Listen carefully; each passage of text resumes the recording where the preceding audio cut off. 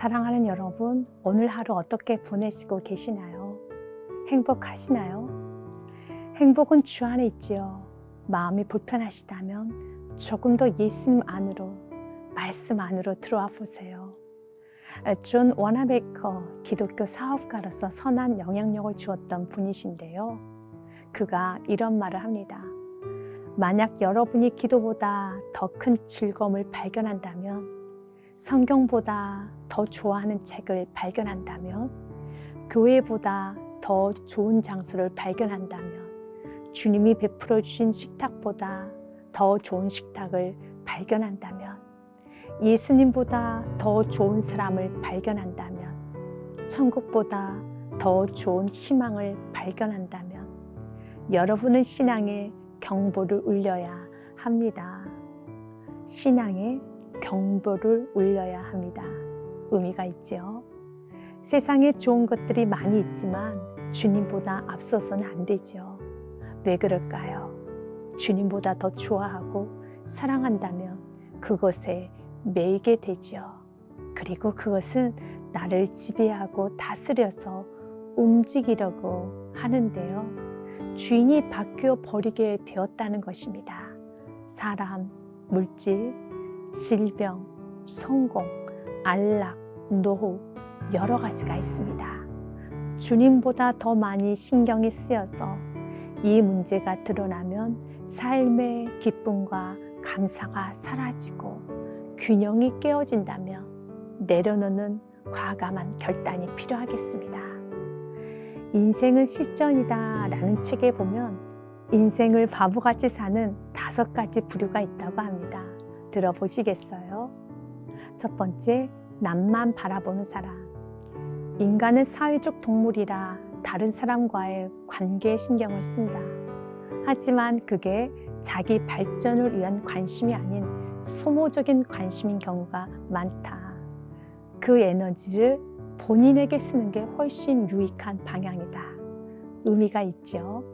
관계에 신경을 써야 하지만 정작 신경 써야 하는 것은 자신의 영적인 부분일 뿐 아니라 자신의 삶을 돌아보며 가치롭고 의미 있게 시간을 써야 하겠죠. 하루의 삶을 성실하게 그리고 바쁘게 살다 보면 몸이 피곤하다 보니 작고 사소한 것까지는 캐묻지 못할 때가 있습니다. 하루를 계획성 있게 살면 이것 자체로 자신의 삶이 만족이 되다 보니 내적 행복감이 오게 되지요. 이렇게 내면의 행복감이 있으면 삶의 질은 높아집니다. 두 번째, 과거에 집착하는 사람. 과거는 이미 지나간 시간이다. 그건 아무리 후회해도 돌이킬 수 없다. 과거에 발목을 잡히면 현재에 집중할 수 없다. 우리가 바꿀 수 있는 건 오직 이 순간뿐이고 그게 곧 우리의 미래가 된다. 반성, 자기 성찰은 필요합니다. 그래야만 반복적인 실수를 하지 않게 되며 조금 더 건설적인 삶을 살게 됩니다. 하지만 과거에만 묶여서 후회만 하며 짜증, 불평과 한숨으로 살고 있다면 그것은 안 됩니다. 충분히 반성하였다면 다시는 그러한 잘못을 하지 않기 위하여 대책을 구체적으로 마련하고 실천하는 데 집중해야 하지요. 하루를 성실하게 의미 있게 살면 내일에 대한 두려움은 사라지고 기대하는 마음을 갖게 됩니다. 그리고 하루를 잘 마친 자신을 위하여 건강한 방식으로 보상해 주는 것도 필요하죠. 세 번째, 세상 탓만 하는 사람. 세상에 내 마음대로 되는 일은 거의 없다. 사는 게 원래 그렇다. 내 노력으로 세상을 바꿀 수는 없지만 적어도 나를 바꿀 수 있다. 그래서 우리가 집중해야 할 건 세상이 아니라 나 자신뿐이다. 그렇죠. 세상은 나의 마음대로 되지는 않습니다. 세상은 바꿀 수 없으며 세상은 불공평합니다. 내 마음대로 되지 않고 불공평하다는 것을 인정하는 것이 필요하며 그런 세상 속에서 나 자신이 바뀌어 세상을 만들어가는 것입니다. 풍성함을 창조하여 나가듯이 내가 머문 곳을 바꾸어 가는 것입니다. 그래서 그리스도인들은 세상을 말씀으로, 사랑과 온유, 겸손으로 정복해야 하는 프론티어들이기도 하지요. 가나안 땅을 정복하기 위하여 서 있는 모세 시종 눈의 아들 여호수아 기억하시지요? 두려움과 걱정, 근심으로 서 있는 여호수아에게 하나님은 말씀하십니다. 여호수아 1장 7절부터 9절 말씀입니다. 오직 강하고 극히 담대하여 나의 종 모세가 내게 명령한 그 율법을 다 지켜 행하고 의로나 자로나 치우치지 말라. 그리하면 어디로 가든지 형통하리니 이 율법책을 내 입에서 떠나지 말게 하며 주야로 그것을 묵상하여 그 안에 기록된 대로 다 지켜 행하라. 그리하면 내 길이 평탄하게 될 것이며 내가 형통하리라. 내가 내게 명령한 것이 아니냐. 강하고 담대하라. 두려워하지 말며 놀라지 말라. 내가 어디로 가든지 내 하나님 여호와가 너와 함께 하느니라 하시니라. 아멘. 그렇습니다. 걱정, 근심하며 두려워하는 것이 아니라 하나님이 함께 하실 믿고 말씀에 순종하여야 할 것이며 불순종하지 않도록, 더디게 순종하지 않도록 하나님께 은혜를 구하며 나아가야 하겠습니다. 네 번째, 자신을 속이는 사람. 어떤 거짓말도 자기 자신을 속일 수가 없다.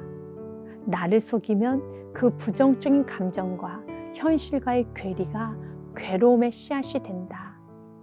자신에게 정직하지 못한 삶은 떳떳할 수 없고 그건 모든 불행의 씨앗이다.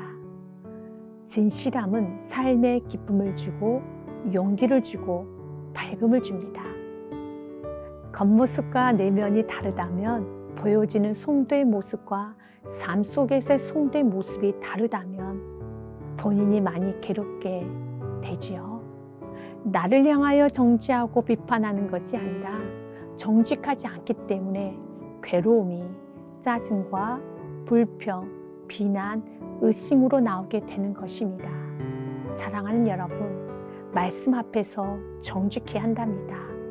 하나님은 우리의 죄, 연약함, 부족함, 무능함, 욕심, 시기, 질투, 낮은 자존감, 상처를 다 아십니다. 이러한 것은 치료를 받아야 하겠지요. 하나님께 마음의 문을 열어서 회개할 것은 회개하고, 돌이킬 것은 돌이키고, 고백할 것은 고백하고, 갚아야 할 것은 갚고, 용서를 구해야 할 것은 용서를 구해야 하지요. 잠언의 말씀을 읽어드리도록 하겠습니다. 23장 16절 말씀입니다. 만일 내 입술이 정직을 말하면 내 속이 유쾌하리라. 이젠 사도행전의 말씀도 읽어드리도록 하겠습니다. 3장 19절입니다. 그러므로 너희가 회개하고 돌이켜 너희 죄 없이 함을 받으라. 이같이 하면 유쾌하게 되는 날이 주 앞으로부터 이를 거지요. 다섯 번째, 사랑하지 않는 사람. 사랑은 인간이 할 수 있는 최고의 행위다. 내가 하는 일을 사랑하고 내 주위 사람들을 사랑하고 태어나 뭔가에 도전하는 것 자체를 사랑하는 일, 그것만으로도 우리 삶은 행복으로 충만할 수 있다. 그렇습니다. 사랑하는 것은 인생에 있어서 최고로 가치 있고 행복해지는 삶의 시작입니다. 그러나 반대로 이기적으로 사는 것은, 움켜쥐며 사는 것은 행복해질 수가 없습니다.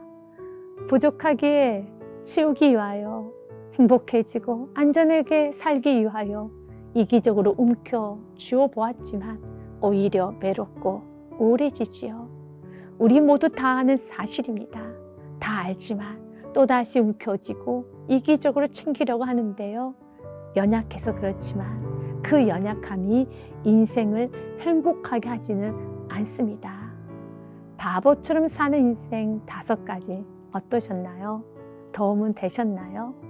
하나님은 우리가 행복하게 살기를 원합니다. 행복은 주님 안에 있습니다. 말씀 안에 있답니다. 하루를 마무리하면서 자신의 삶을 되돌아보는 은혜의 시간이 되기를 주님의 이름으로 축복드립니다. 기도하겠습니다. 사랑의 하나님, 세상을 너무 좋아하지 않게 하옵소서. 신앙의 경보음이 울려야 할 때는 제대로 울려서 깨어있게 하여 주옵소서.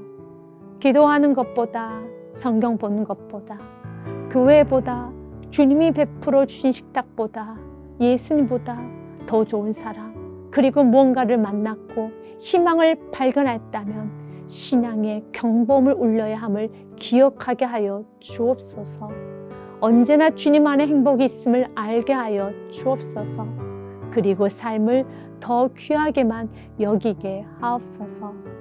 사람들과 비교하고 세상을 향하여 원망하고 과거에 매여 있고 정직하지 못하며 사랑하지 못하는 삶을 사는 것이 아니라 하나님 말씀 안에서 자유하게 하시고 하나님 안에서 마음껏 꿈을 꾸게 하시고 자신의 가치를 알게 하시며 정직한 예배자가 되어 사랑하며 살게 하여 주옵소서. 주님 사랑합니다. 그리고 감사합니다. 나의 구원주가 되어주신 예수 그리스도 이름으로 기도합니다. 아멘.